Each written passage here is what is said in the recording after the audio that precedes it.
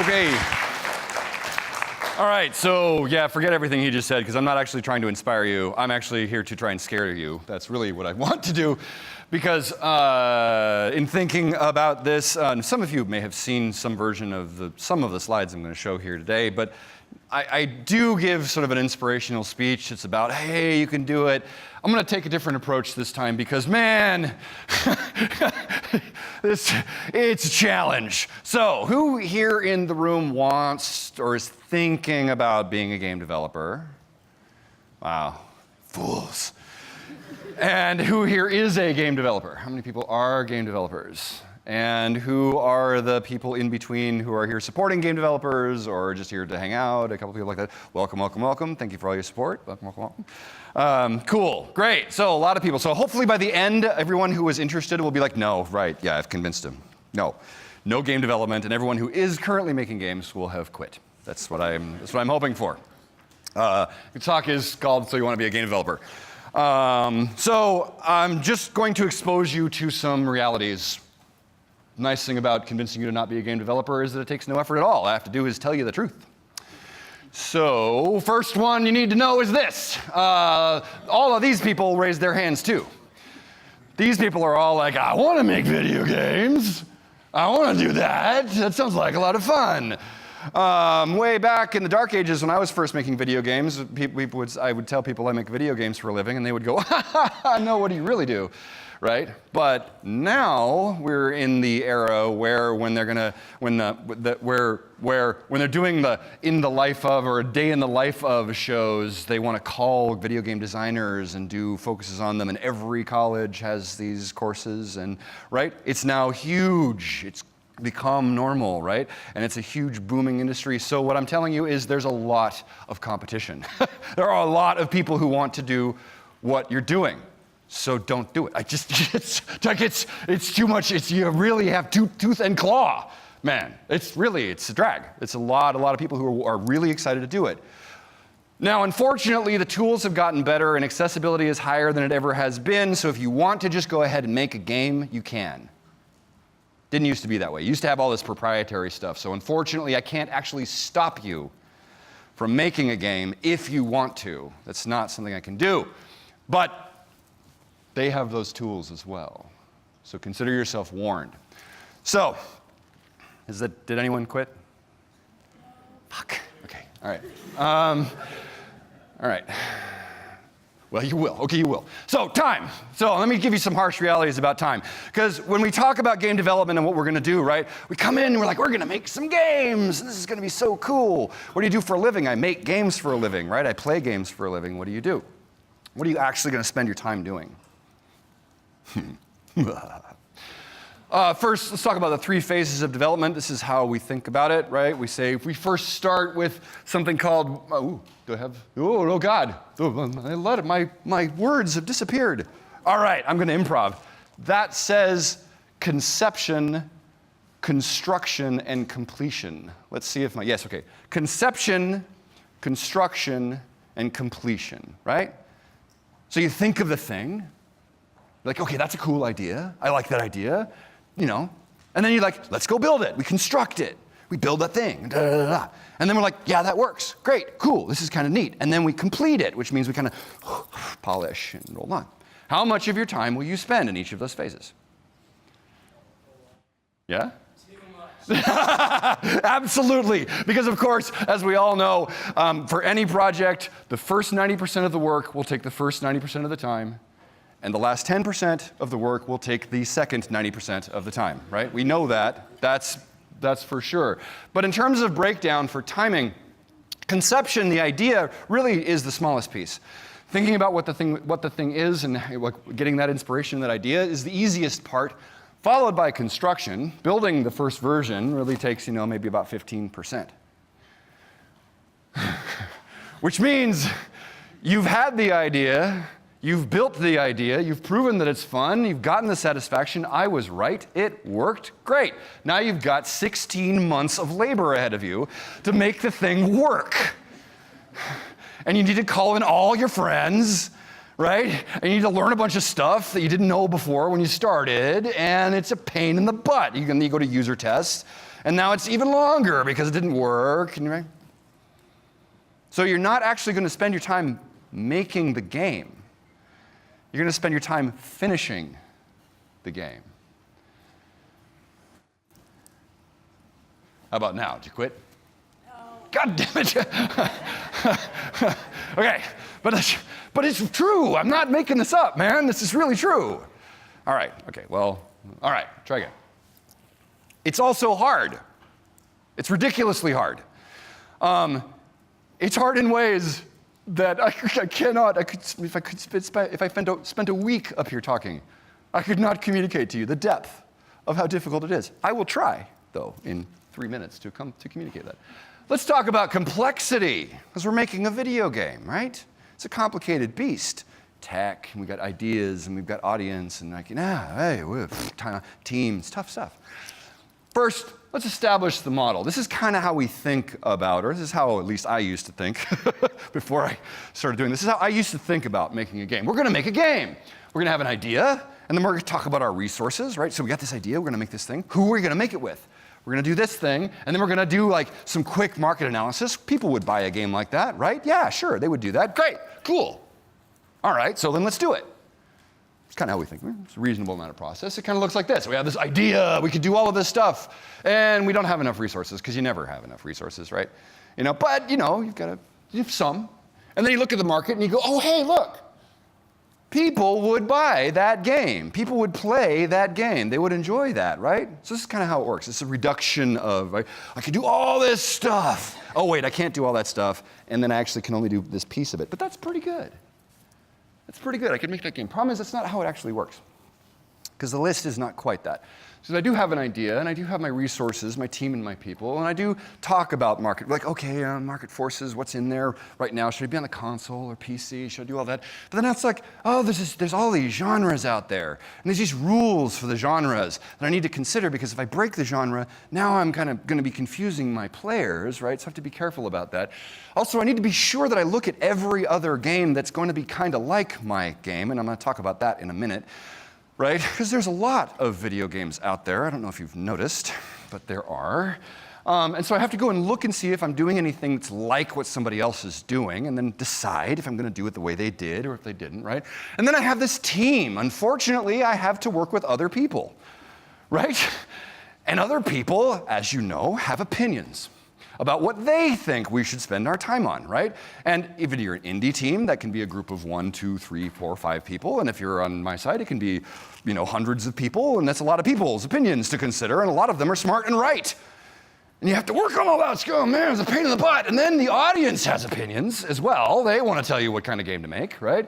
And they're unhappy with this. And then, man, there's also these publishers, right? And there's like Steam. They have these expectations. And then even if you're going to go and congregate, you have to like submit all these forms and like make sure that it runs with the right APIs. And then, oh, but it didn't work with the chat. And oh my God. But then there's also like, even if you're making a big game now, it's a sequel and they own it. And there's people who have all this stuff. And I have to use tech, right? I have to use the technology that I have, and I have other people, and there's this legal structures, and it gets bigger and bigger and bigger and bigger and bigger. So the actual diagram looks a lot more like that, except even that isn't the actual case. That's not the actual case. That's the optimistic best case. That's when things are going really well. Normally, what you end up is a situation, is a diagram that looks like this. So we get this, and we get this. Okay, cool, we're good. We're good. All right, that's, oh, shit. Okay. Oh, my God. Oh, no. Whoa, man, what are we going to do? Okay, let's not make the game. Oh, no, it's my job. I have to make the game. What do I do? That's what it's really like. And this doesn't, I'm not saying, I know maybe this sounds to you like this doesn't happen in the indie space. Oh, I can assure you. Lisa Brown can tell you all about it. Doesn't change. The problem, the scale changes. That's the actual problem. Game development is a process of solving an impossible equation. Every time. Okay, so have you quit? No. Oh, you guys, come on. Oh, okay, we got one. One down. No, you haven't quit. All right. You quit? Good. All right, you're good. Good. Excellent. Doing good job. Competition. So let's talk a little bit more about how hard this is. All right. Let's talk about the way we think about the game dev cycle. How does the game dev cycle work? How do we imagine we make games? When we think about it, when we think, what's the process we should use for building video games? It's kind of like this. Okay, what do we want to do next? What's the next step we're going to take? Yeah? Okay, have we built that? Is that cool? Is it great yet? We work and we turn, and is it great yet? Cool. Is it done? Are we finished with this idea, right? And if so, do we have more features? We just kind of iterate on that, right? We iterate on that. So what we're doing is we're adding features. We say, what's next? Is it build? We kind of work on a piece, and then we build that, and we extend that, and we kind of, is that done? That's how we'd think it would work, right? The thing is that model works really well if you're the only person making a video game. If you're the only person making a video game, then that's cool. That works really well, because you can take that approach.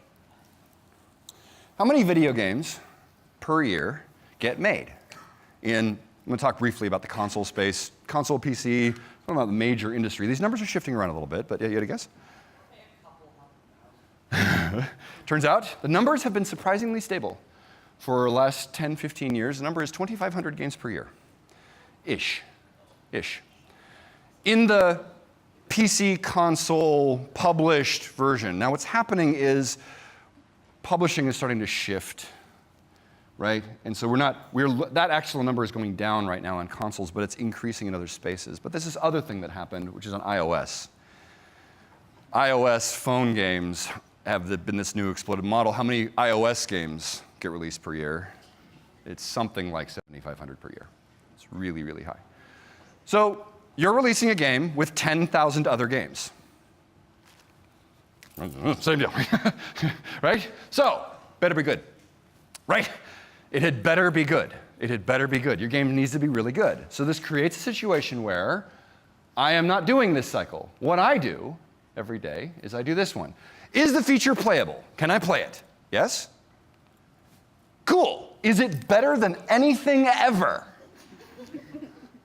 Does it beat every possible version of this thing that has ever been constructed? Every time. No? Why not? Because it never is, right? You never tell me that. That answer is never yes, right? The answer is no, right? So why not? Why isn't it better than anything else? What can we do to fix that? What can we do to make that better, right? And then we finally hit the most important question: are we out of time? Because if we are, that's the one we're shipping. Okay? That's the actual game development cycle, right? At least the game devs are all going, yes, wow, that is actually how it works, right? Now, I'm trying to scare you with this. I can't prevent you from taking away the lesson here, which is that this is actually what you should be doing if you want to make the game good, right? I can't stop you from learning this, even though I'm trying my best to do that. But there's a lesson here. Because this version isn't enough. If this is what you're doing, stop and go over here if you want in. You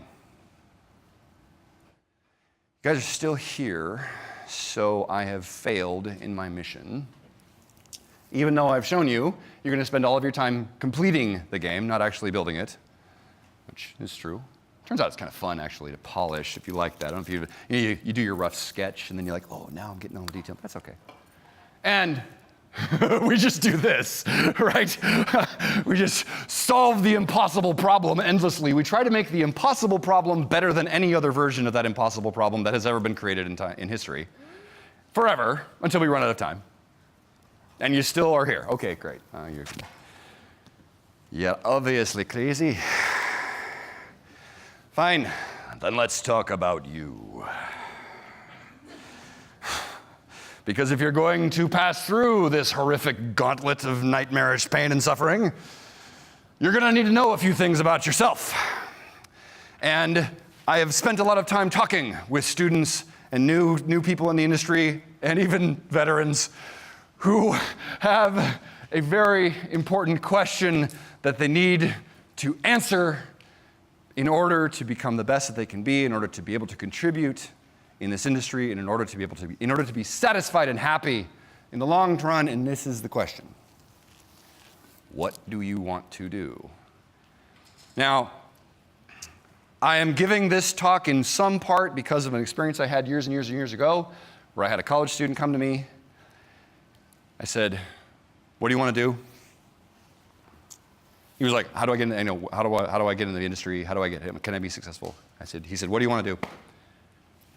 And he said, "Well, I was the producer on my college project, but I'm pretty good at game design. And, I can sketch. I did some of the background paintings for the things that I did, right? Wrote a little code in the scripting. I'm not okay at that, right? But, I kind of did it." I laughed. And he walked away. And that was a mistake, because I didn't have a chance to say to this guy, "That's not going to do it.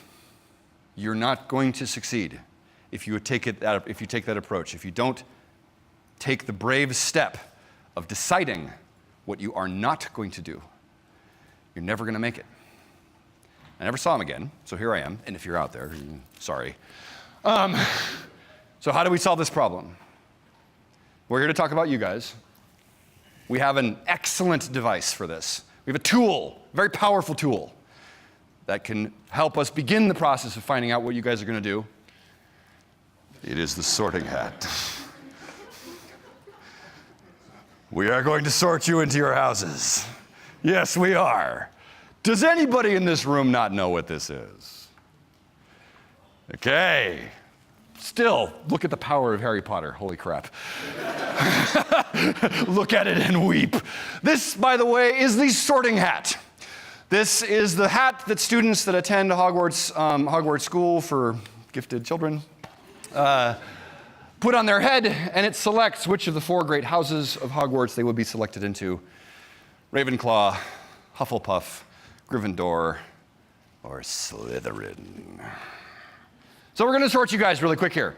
So you're thinking about, you probably have already an answer to this. I'm going to ask you to think about these 4 questions. I'm going to ask you to pick among these 4 questions. You're working on a game.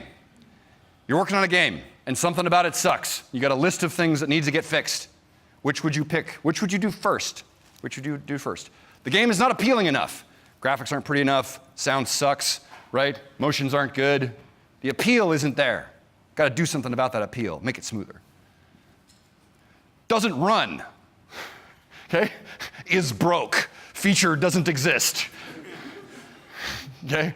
That's the second thing. Third one, sucks. Not fun to play. Okay? No pleasure being created from this experience. Can't figure out what to do. Lost. Terrible experience. Fourth, we're not making any progress. Okay? Like, we've been working for 6 months and we're back where we started. You have a project that isn't fun, it's ugly, doesn't run, and is off target. What do you focus on? So, show of hands. Artists. Appeal. Artists. Ravenclaw. Welcome. Excellent artists. Your task is to ensure that your video game is appealing. That when players arrive, that they will have this sensation of wondrousness and go, "Wow, this is so cool, this feels so great." Excellent. And, no surprise, a large number of you. Common. Good thing, good news. We need a lot of artists. So, next question. It's broke. Coders, engineers, people who want to fix things. Very, very good. Hufflepuff. Yes.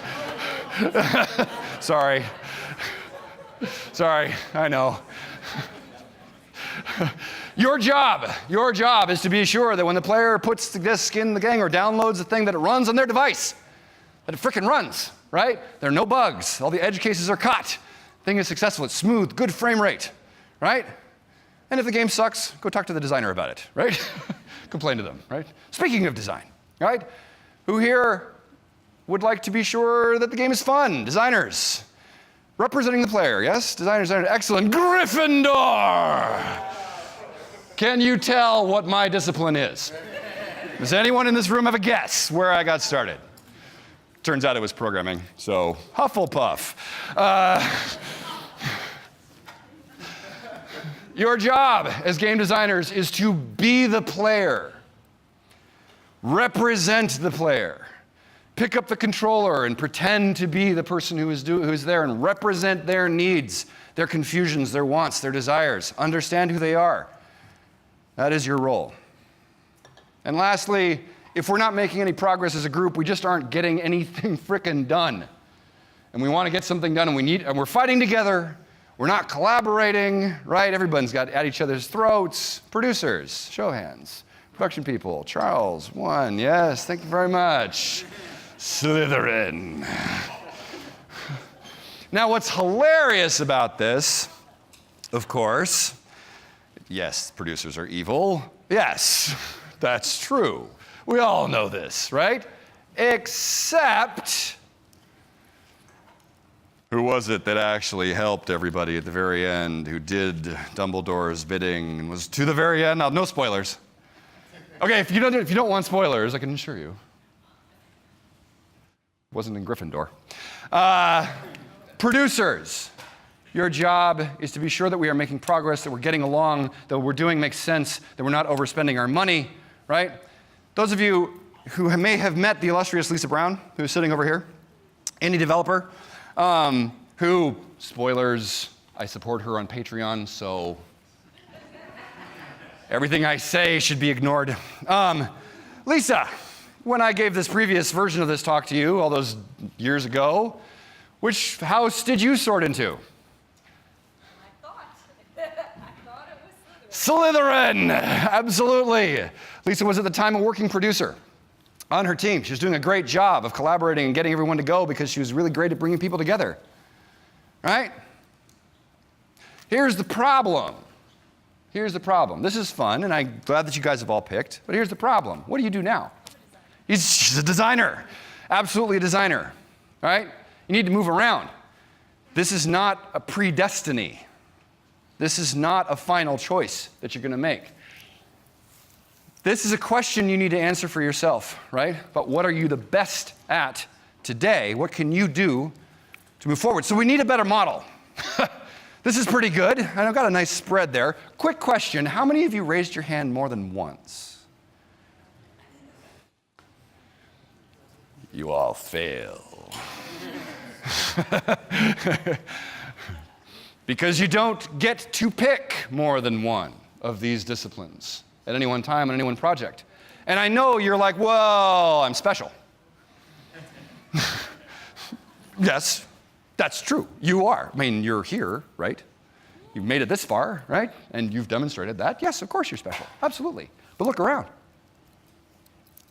So is everybody else. And I can tell you that in the halls of Ubisoft, in my 2,500 person studio that I work in, everyone who we hire into that building is also special. Super smart, top of their class, right? So the question you need to answer is not, what are you good at? Because that's why you raised your hand twice. Because you were saying, I'm good at that, and I'm good at those other things. The question you need to answer for yourself is, what are you the best at? Because that's the thing that I need. And I've got a quick story for you about this to illustrate why this matters, and then I'm going to give you a tool to figure out who this is. This was my first executive producer at Electronic Arts. His name is John Horsley, and he said to me something that blew my frickin' mind when I was on his team. I was an associate producer, Slytherin, on his team, and I was complaining to him. I said, John, I'm so frustrated because there's all of these problems in production, in the pipelines that we're using, in the way that our team is working together, that we should be solving. And I've been working on these things. I've been working on like the brand level stuff, and I keep working on this stuff, but I don't have time because I have to sit with my level design team and help them answer all these questions about like the plot.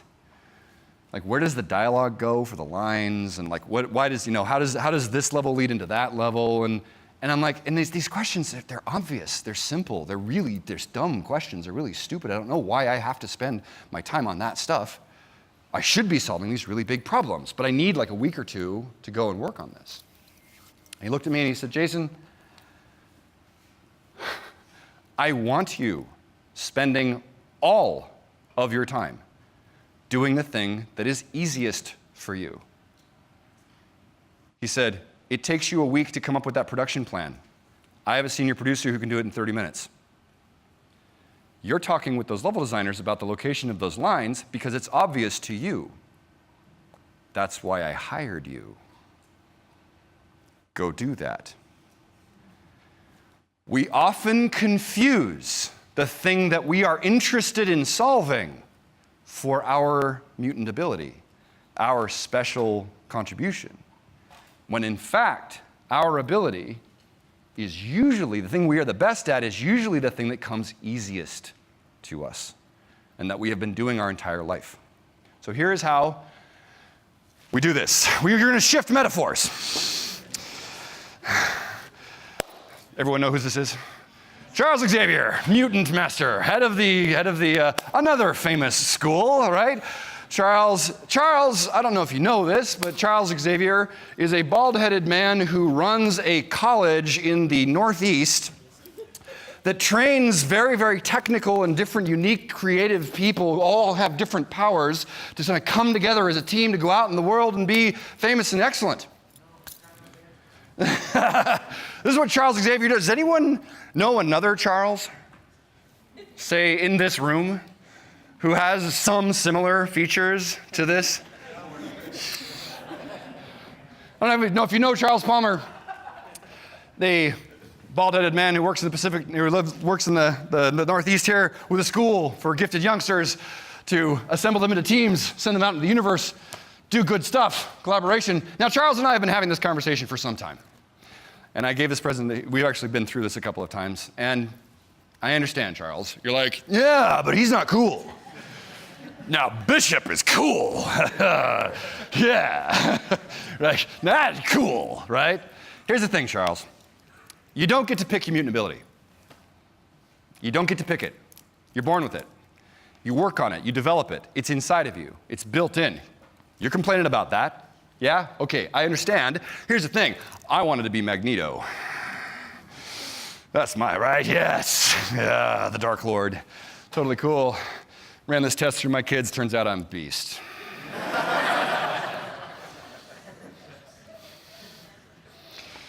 Kind of intellectual, would be happier in a kind of a collegiate environment, but if you poke him too much, rawr, yeah. So, you're Charles Xavier. Okay, shut up. I'm tired of this talk. I'm not going through this again. Okay? So,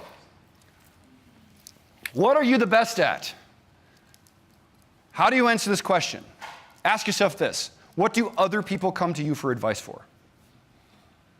What do other people ask you about? And I can tell you a little story about this one because I thought the answer to this question for me would be game design. People would come to me about game design questions, maybe production questions, because I'm really good at groups and thinking about process and game design stuff. Entered the industry, spent a long time trying to reach that point. And unfortunately, over and over and over again, the questions that people asked me were of two categories. Where do I put this dialogue line?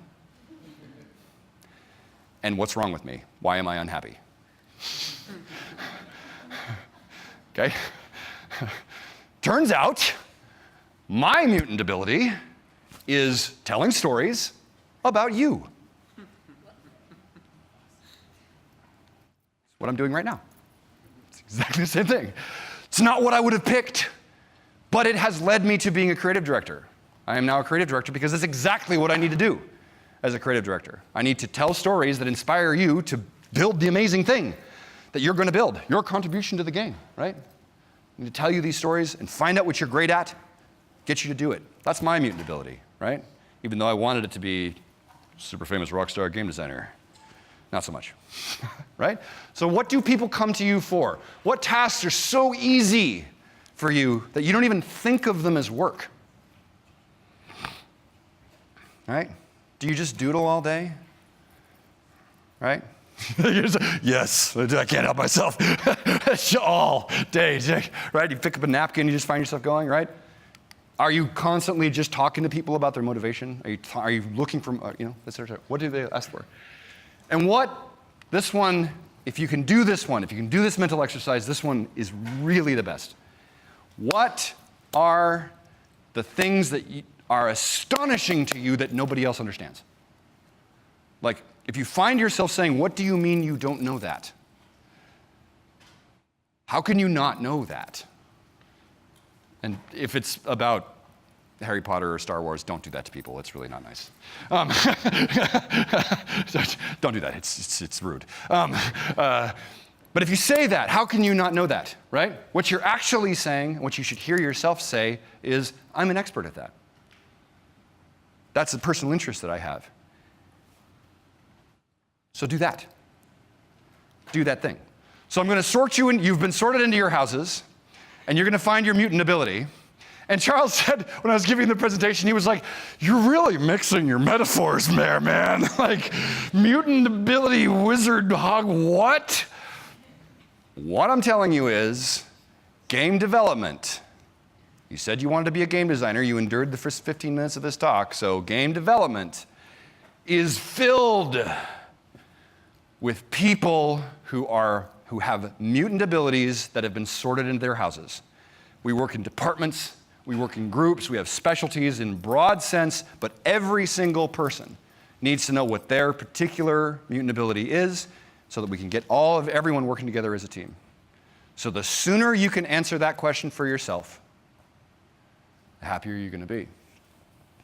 Do that thing. And if you do, and here's the thing, totally not worth it, not even close. Because who cares, right?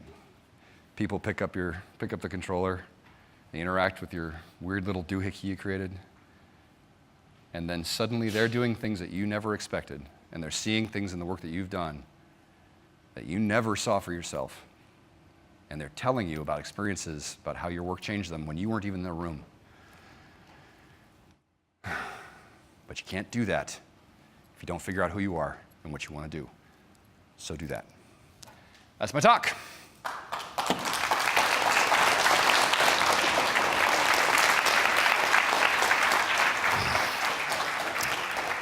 Do we have time for questions, Charles? We have time for a couple questions. Fire at will. Who dares ask a question into that tirade of anger? Okay.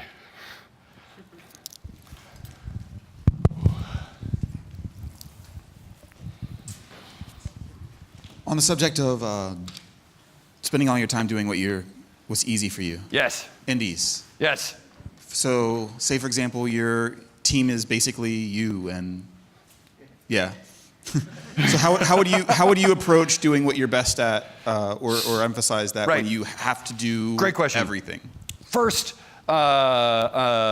if it's just you, and you've decided that your mutant ability is working alone, that you're comfortable doing that, first, I commend you. Wow, right? Good luck with that. First thing to consider, there are a lot of technologies out there that can fill in the gaps for you, right? Pick a tool set and a platform that fits your skill set, that is going to eliminate whole pieces of that. You can also fix this problem through game design. Great story I will tell you about this one to illustrate what I mean by that. You guys played Alien Hominid? Years ago, yeah. Alien Hominid, anyone play this game? Okay, cool. Few. It was a Flash side-scrolling shooter thing, kind of. It's the first game of the behemoth. The team that was making Alien Hominid was actually 3 people, I think. I forget, maybe may have been 4, but the key member of that project was someone who was a Photoshop wizard. All that person did, 7 days a week pretty much, was draw the entire game. Everything you saw in Alien Hominid, every level, every character, every effect, was just hand-drawn in Photoshop in these massive files by one guy. And the producer on the project was presented with this really, it was producer, I mean, it was a garage band, right? But anyway, the guy who was acting like the producer, right? Slytherin. was presented with the problem of how do we leverage this maniac? Like, how do we do this, right? And so what he did was he created a pipeline where he brought in a couple of friends and they just took those Photoshop files, because this guy wouldn't do any technical stuff, and cranked them into gameplay and just assembled whatever came out the other side. He just built with that, right? Because he couldn't control them, right? He couldn't schedule them. He couldn't tell them to do, he wouldn't follow a game design. He just drew crazy stuff, right? And then so he just harvested that and then made it into a video game. That's a great example of how clever thinking, sort of thinking outside the box, can solve those kinds of problems, right? Because that's the same thing as having like an 100-person art team, right? But he solved it by using, well, we'll use Flash and we'll, blah, blah, blah, blah. So if you think cleverly about the game you're making in a way that focuses right on what you can do yourself and doesn't require you to do all the extra crap just because you think players want that, delete that from your head. Just build the thing that's in your head. Another question. Yes, there in the back. Run, just because I wanted you to run. That's all. That was the only reason. He's like, okay, jeez. And then I'm going to want a question over here from the next one. What's your favorite video game? My favorite video game? Oh, man. So I get asked that question quite a bit. It is a really tough call, but I can tell you a couple things. First, if you look at just sheer hours played, I had a 2-year-long World of Warcraft addiction that, wow, I'm done, but I never really stopped. It's like, I'm still back there. I have to say Dark Souls is probably the game that I got the most out of and was really most impressed by. But I always am sure to counter that by making the following statement, which I think will help underscore the breadth of games that I play and also will probably piss some of you off, which is that I think that the greatest role-playing game ever made is Pokemon. So I also had to quit Pokemon cold turkey because that game is not safe for me. Next question. Yes, sir, you had a question? Is it immediately that you're good and talented at what you are at, or was there years of work to get there, whether or not you recognize this work because you enjoyed it along the way? Yeah, no, exactly. So you're absolutely right. You looking back, you can always see where the talent and your mutant ability, right? Looking back, you can always go, oh, I see where that was when I was younger, right? But when I started video games, I didn't even start in video games. I studied from film school. I was like, oh, I want to be a movie director. And then I was like programming to pay the bills because my dad was a programmer, right? That was cool. And then I was complaining to my uncle one time, and he was like, oh, I know this company, this friend of mine owns this studio, and they're making video games, something about the X-Files game or something like that. Do you want me to ask him about a job? I kind of blacked out, and I woke up kind of grabbing him by the neck going, you don't know someone who makes video games? And you didn't tell me for all this time, right? Because I had no idea. I had no idea that was even a job. And then I got started in programming, and then I kind of was like, oh, I'll try production, and kind of drifted in design. And over the time, I just kind of figured out what I was doing. And looking back, I can see, oh, I've just been a dungeon master my entire life, right? Right? But yeah, you never know. You never know, right? The most important thing is, are you doing today something that you're driven to do, something that you're excited to do, something that you've decided to do because you look around and you don't see anybody else who's doing it better, right? Is there something that you can tackle, right, today? And if you follow that thread, you may hit like certain points where you can't go further on certain parts of your skill, right? But you'll usually then learn what it is you did wrong in picking your initial vector, right? So yes, of course, it's always about long sort of work and finding out who you are. The reason I give this talk, though, in such terms is because that moment for me happened when I was in my 30s. And that the first 10 years, like my 20s, after school, I was all over the place because no one had shared this with me. I had to figure this out later. So I'm here going, hey, you're a sooner, right? This is newer information, right, for you guys. So start thinking about this sooner, so maybe by the time you get into your 30s, you're going to be here, for some of you are, but that you'll know yourself better than I did, and you'll have a more advanced thing. By the time you're up and giving these presentations, you won't have quite as much gray in your beard. That would be the plan. So. But if you want me to just say it, yes, kids, do your homework. Right? All right then, good. Yes, sir.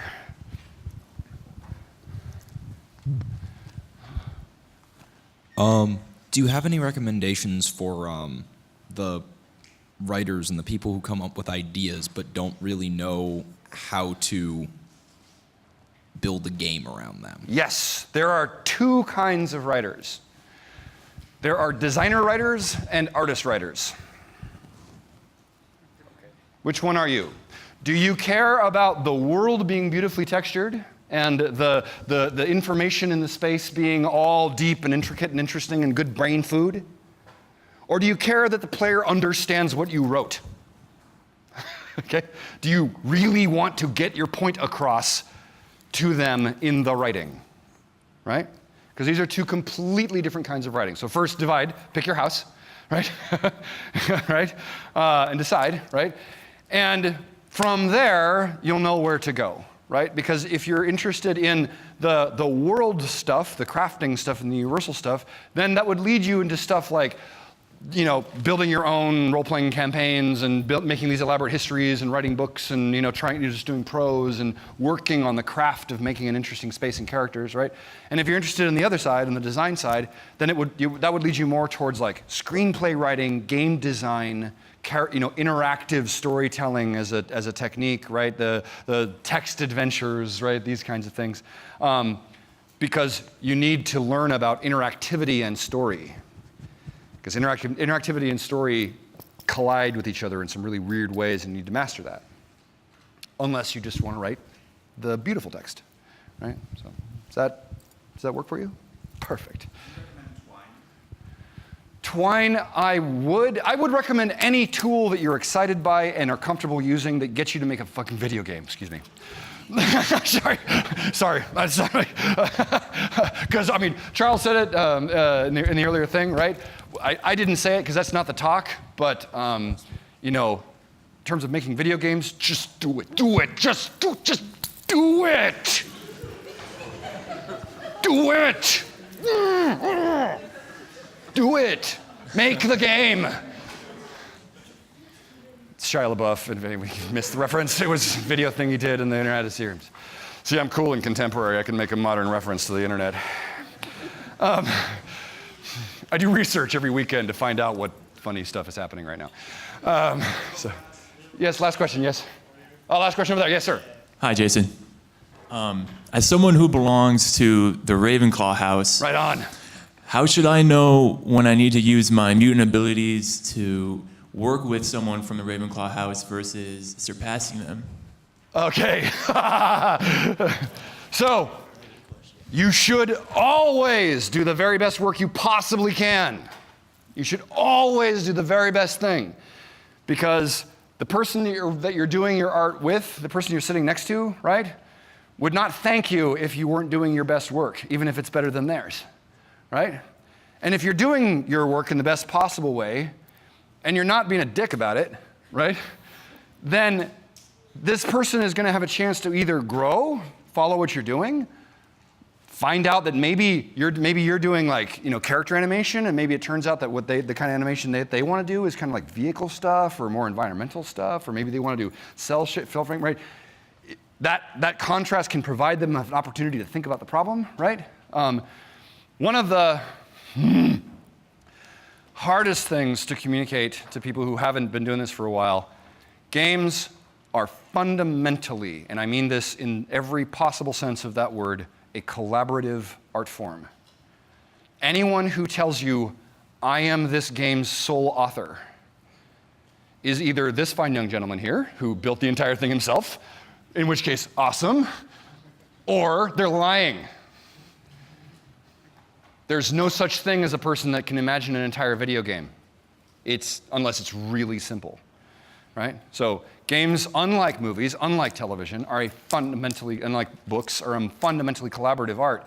And so you should put every piece of energy you can into figuring out how to collaboratively support everyone on your team, right? And if that can be by inspiring others with your great work, awesome. If that's by supporting them and being inspiring in their own great work, that's awesome, right? Sounds like you're asking for permission to be a little bit arrogant, which is awesome. I give you full permission to be totally arrogant. You just be as awesome as you want to be. I just go ahead, knock yourself out. Because that has its own consequences, and if you've got people around you who like that, then you're going to get that. I'm totally that guy. So on our team, we have surrounded ourselves with people who are like, we are awesome, aren't we? We are so great, right? And then we fail, and we're like, oh, we're terrible, because that's the other side of it, right? Surely you know that. So games are a collaborative art. Support everyone that's sitting next to you. Be an inspiration if you can. And just don't ever push them out of the way because I can do it better. Don't do that. Good? We done?